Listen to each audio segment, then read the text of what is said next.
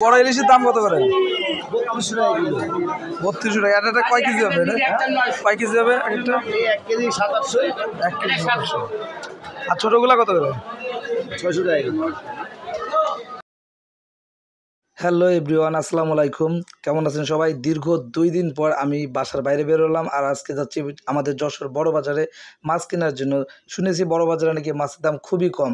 2 দিন প্রচুর বৃষ্টি হওয়ার কারণে বাসা থেকে বের হইতে পারিনি। এছাড়া ফ্রিজে মাছ, মাংস বা আরও কাঁচা তরকারি যাই ছিল সবই শেষ। এখন আমার দরকার ফ্রিজটাকে আবার লোড করা। তো শুনেছি যেহেতু বড় বাজারে ইলিশ মাছের দাম খুবই কম, তার জন্যই মূলত বাজারে চলে আসলাম। এখন দেখা যাক এই বৃষ্টি ভেজা দুপুরে মাছের দাম কোনটার কেমন। ইলিশ কত করে? 600 টাকা কেজি। জামানি কত করে ভাই? 160 আর 180। বড় সিলভার 200 টাকা কেজি। না না না ভাই, এত বড়টা লাগবে না। দেখি ভাই, বড় সিলভার 200 টাকা। বড় ইলিশের দাম কত করে?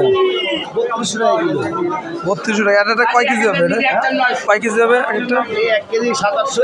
1 কেজি 700। আর ছোটগুলা কত করে? 600 টাকা। 600 টাকা। এখানে ইলিশের দাম প্রচুর। আমরা এখন মুরগি খাওয়ার চেষ্টা করবো যে মুরগির দাম কীরকম।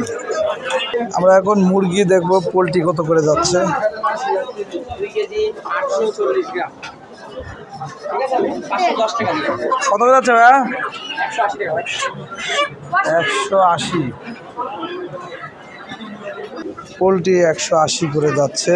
অতএব মাছই নেওয়া জরুরি দেখতেছি। ফাইনালি বড় বাজার থেকে মাছ কিনলাম, দেখতে পাচ্ছেন। এটা হলো আপনার কাওয়া মাছ আর এটা হলো আপনার ছোট ইলিশ। তো মাছের বাজারের আপডেটটা আপনারা দেখতে পারলেন যে মাছ খুবই কম এবং দাম অতিরিক্ত।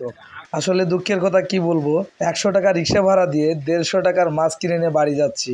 যারা বলতেছেন যে ইলিশের দাম কম, তাদেরকে ভাই বলি, 100 টাকার রিক্সা ভাড়া দিয়ে 150 টাকার মাছ বগল দাবা করে বাসায় যাইতে হবে। মাছ আর খাওয়া লাগবে না, বিশেষ করে ইলিশ মাছ আর খাওয়া লাগবে না। ব্যাপারটা হয়তো বুঝছেন।